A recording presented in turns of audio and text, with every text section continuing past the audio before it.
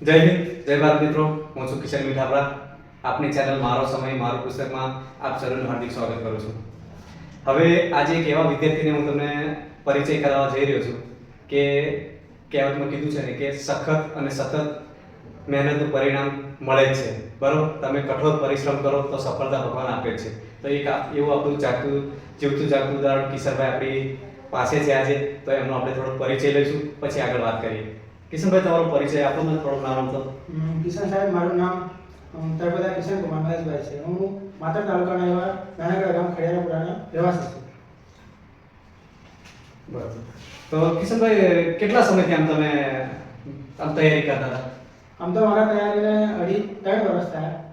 Constable માટે મેં છેલ્લા 6-7 મહિનાથી તૈયારી કરતો હતો. કોન્સ્ટેબલ પરીક્ષા એ પહેલા. બરાબર. અને ગઈકાલે રિઝલ્ટ આવ્યું તો તમને આમ અનુભવ કેવો થયો? એ પહેલા કહી દો વિદ્યાર્થીઓને આપણે. અનુભવ તો બહુ ખૂબ સરસ થયો.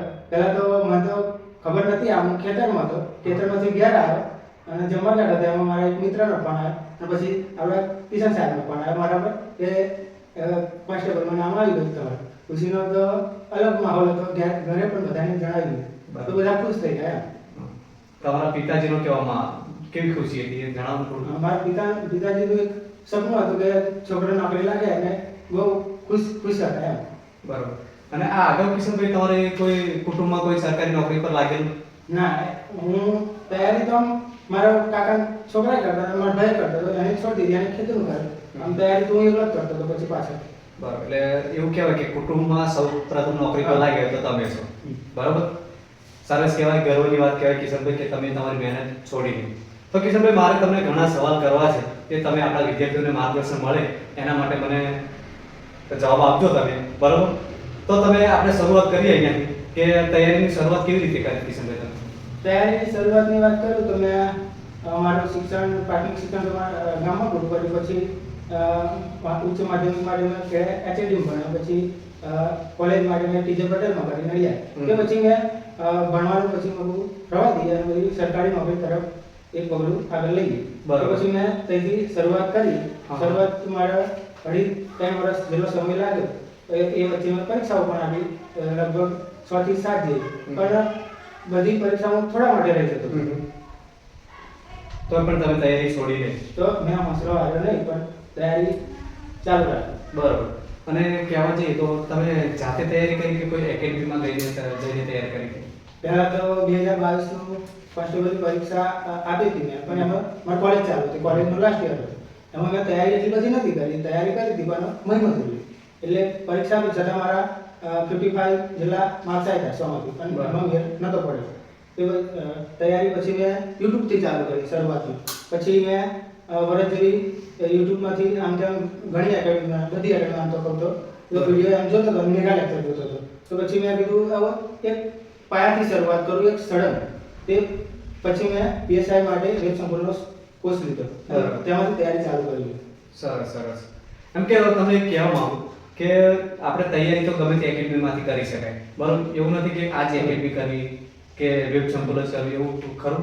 ના, એવું કંઈ નહીં. હું મેં શરૂઆતમાં સામંત સરનો પણ લીધો હતો. સામંત સરનો ઇતિહાસ મને બહુ ગમતો. વેબ સંકુલ માટે મેં અભિજીત સરનું વારસો જોતો, ભૂગોળ જોતો, એમ પ્રશાંત સરનું. પછી મેં મેથેમેટિક્સ માટે કપૂર સરનો પણ ફોલો કરતો. એટલે આમ જોવા જઈએ તો બધી રીતે બધી એકેડમીનું થોડું થોડું લઈને મેં મારે દિમાગમાં ભેગું કર્યું. બરાબર.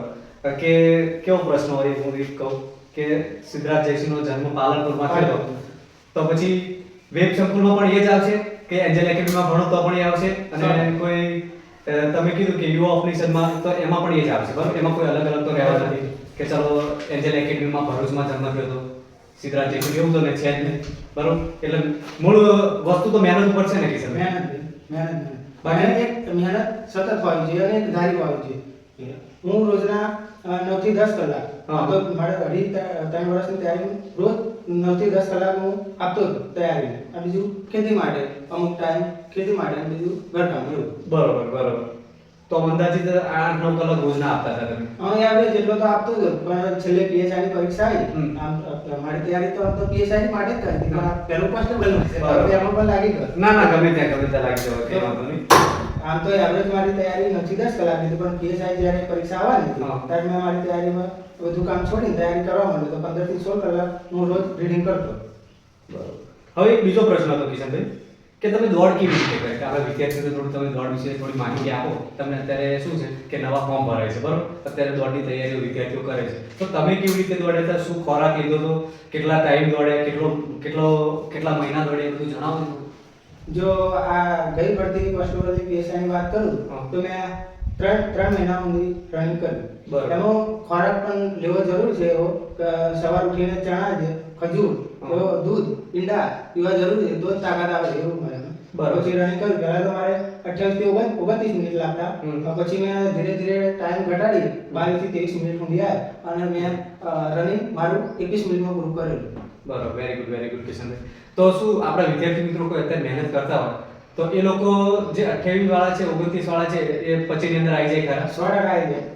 એટલી સતત મહેનત રનિંગ રાખવું પડે અને હોંસલો ઉપર હારવો ના જોઈએ અને પોતાના ઉપર વિશ્વાસ રાખવો જોઈએ. આપોઆપ ટાઈમ નીચે આવી જશે. બરોબર.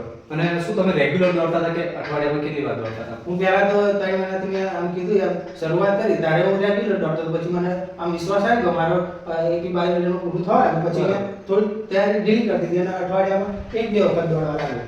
બરોબર. અને આ ખોરાકમાં તમે કીધું કે ચણા છે અને ખજૂર છે, એ તમે રોજ લેતા હતા, બરોબર?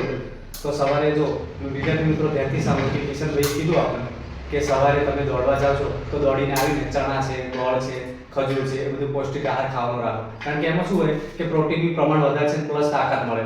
બરોબર કિશનભાઈ? દોડવા માટે જે આપણે જરૂરિયાત ખોરાક છે એનાથી પૂરતો મળી રહે છે, બરોબર? અને બીજું કિશનભાઈ કે આપણો બીજો આગળનો સવાલ એવો હતો કે અગાઉ કેટલી તમે એક્ઝામ આપી છે? અગાઉ મેં 6 થી 7 જેવી એક્ઝામ આપી. એમાં મારી પહેલી એક્ઝામ 2022 ની કોન્સ્ટેબલ હતી. પછી હમણાં આગળ વાત કરી એમાં મારા 55 માર્ક્સ હતા. એમાં પણ તૈયારી નથી. તે પછી હું જો કોઈ પરીક્ષાની ક્લોઝ ગયો હોય તો એ ફરજ ગણાતી. એમાં હું 5 માર્ક આગળ રહી ગઈ. એમાં મારી તૈયારી ફૂલ હતી પણ રહી ગઈ. બરાબર. પછી તમને એવું નથી કે હવે તૈયારી નથી કરવી, છોડ દેવું છે, એવું કઈ ના થયું? હા, મનમાં એવો વિચાર આવ્યો કે આ આટલા વર્ષથી તૈયારી કરું છું તો હજુ આટલા માર્કથી રહી જવાય. 2-3 પરીક્ષા આવી ગઈ પણ મેં હિંમત ના હારીને આગળ વાંચતો રહ્યો. બરોબર. શાબાશ. તો આ વિદ્યાર્થી મિત્રોને થોડું માર્ગદર્શન એવું આપો કે 1-2 પરીક્ષા કરવાથી કદાચ પાસ નથી થઈ જવાનું, બરોબર? કદાચ થોડુંક આપણું કિસ્મત લંબાવું હોય તો 2-4 એક્ઝામ કરવી પડે છે, કહેવાનો મતલબ. બાકી અમુક વિદ્યાર્થીઓ હોય કે પહેલી જ એક્ઝામમાં ક્લિયર કરી દેતા હોય છે, બરોબર? તમે 2-4 પરીક્ષા પછી પણ હિંમત હાર્યા નથી કિશનભાઈ, બરોબર? તો તમારી મહેનતનું ફળ તો તમને મળ્યું, બરોબર? હવે કિશનભાઈ તમે અત્યારે કોન્સ્ટેબલ તો બની ગયા, બરોબર? તો હવે તમારા આગળનો ગોલ શું છે? વિચાર આગળનો ગોલ તો મેં કીધું એમ અમારી તૈયારી તો પીએસઆઈ માટે નહીં કરતી અને પીએસઆઈ પછી પણ આગળ ગોલ છે. પછી પીએસઆઈ બને પછી પણ અત્યારે તો કોન્સ્ટેબલમાં લાગેલું એટલે હું ખુશ છું અત્યારે. સરસ. કારણ કે અત્યારે જે આવ્યું વધારી લેવાની જરૂર છે, બરોબર? અને તમે કીધું કે પીએસઆઈ ની તૈયારી તો તમે ચાલુ હવે નોકરી લાગી જશો તો આરામથી તમે ચાલુમાં પણ પીએસઆઈ ની તૈયારી કરી શકશો. કારણ કે તમને અનુભવ થઈ ગયો છે, બરોબર? તમારી તૈયારી એવી છે તો એ રીતે તમે તૈયારી કરી શકો છો, બરોબર?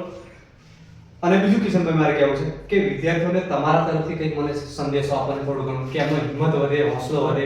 કારણ કે અત્યારે શું થાય છે કે 1-2 પરીક્ષા વિદ્યાર્થી આપે, દોડમાં ફેલ થાય તો પછી હિંમત હારી જાય છે. અમુક આત્મહત્યા કરવાનું વિચારે છે વિદ્યાર્થીઓ. તમે સમાચારમાં સાંભળ્યું છે, બરોબર? ઘણા વિદ્યાર્થીઓ નેગેટિવ વિચારે છે કે મારાથી નહીં થાય, હું કરી જ નહીં શકું. તો એના માટે થોડોક એક સંદેશો આપો તમે કે એ લોકોની હિંમત વધે આગળ. વિદ્યાર્થી મિત્રો કે ગમે આપણે એવા વિદ્યાર્થીઓ એવા મગજવાળા તો અમુક વિદ્યાર્થીઓ નહીં હોતા કે પહેલા ટ્રાયલમાં પાસ થઈ જાય. પણ સરકારી નોકરી એક એવી વસ્તુ જે સમય માંગી લે છે. એ આપણે આને સતત મહેનત કરતી રહેવું પડે છે. તો હિંમત હારી ના જોઈએ અને સતત અને સખત મહેનત કરવી જોઈએ આપણે. તેથી સફળતા તો મળે જ છે છેલ્લે. ગીતામાં પણ એવું કીધું છે તું કર્મ કરતો જા, કર્મની ફળની ઈચ્છા રાખીશ નહીં. તો આપણે ખાલી કર્મ જ કરવાનું છે. આપવાડે તો ભગવાન આપી જ દેશે એક દિવસ આપણને. એટલે હિંમત ના હારશો. બરોબર કિશનભાઈ. તો વિદ્યાર્થી મિત્રો જો એક આપણું જાગતું જીવતું ઉદાહરણ છે કિશનભાઈ કે 4-5 એક્ઝામ આપી અને થોડા માટે રહી જતા હતા, બરોબર? ફોરેસ્ટ ગાર્ડમાં, તલાટીમાં, મામલતદારમાં એમને 3-4 એક્ઝામ આપી છે છતાં એ હિંમત હારે નથી. અને નાના ઘરમાંથી આવે છે, એમના પપ્પા એક ખેડૂત છે, બરોબર? ખેત મજૂરી કરે છે ને એમને ભણાયા અને આગળ સુધી પહોંચ્યા છે. અને આજે એવો દિવસ આવ્યો છે કે એમના ઘરનો માહોલ બદલાઈ ગયો છે. હું એમના ઘરે જ ઇન્ટરવ્યુ લેવા માટે આવ્યો છું, બરોબર? તો એમના ઘરનાની જે હું ખુશી જોઈ રહ્યો છું ને કે આપણાથી એવું કહેવાય ને કે આ વસ્તુ તો ગમે તેટલા પૈસા આપો ને તો પણ ખરીદી ના શકાય એવો અત્યારે એમના ઘરમાં સમય છે, બરોબર? તો બધા વાલા વિદ્યાર્થી મિત્રોને એટલું જ કહેવાનું, ઇન્ટરવ્યુ લેવાનું કારણ એ જ કિશનભાઈ કે તમે તમારો જે હિંમત હારી જાવ છો 1-2 પરીક્ષા કરીને કે હવે નહીં થાય, છોડી દેવું છે, તો એ વસ્તુ ના વિચારજો, બરોબર? તમે મહેનત કરો, સફળતા તમને મળશે, એ 100% છે. તો કિશનભાઈ ઘરે જ બેસીને તૈયારી કરે છે, કોઈ એકેડમી જોઈન કરી નથી એમને કીધું કે મેં ક્લાસીસ જોઈન કર્યા હતા ઓનલાઈન, મારી રીતે હું જોયા કરતો હતો, બધી એકેડમીના મેં ક્લાસીસ ધીમે ધીમે વિડીયો જોયા છે. તો તમે ઘરે બેસીને પણ તૈયારી કરી શકો છો સારી પુસ્તકો મંગાવીને, બરોબર. અને કિશનભાઈની મારફત તમે કોન્સ્ટેબલ બની જશો આવતી ભરતીમાં, બરોબર. તો આપણે મારો સમય મારું પુસ્તક તરફથી કિશનભાઈને ખૂબ ખૂબ હાર્દિક શુભેચ્છાઓ, અને આવનારી બીજી પરીક્ષામાં કિશનભાઈ પીએસઆઈ બની જાય એવી દિલથી પ્રાર્થના. તો હાર્દિક અભિનંદન કિશનભાઈ. જય હિન્દ, જય ભારત.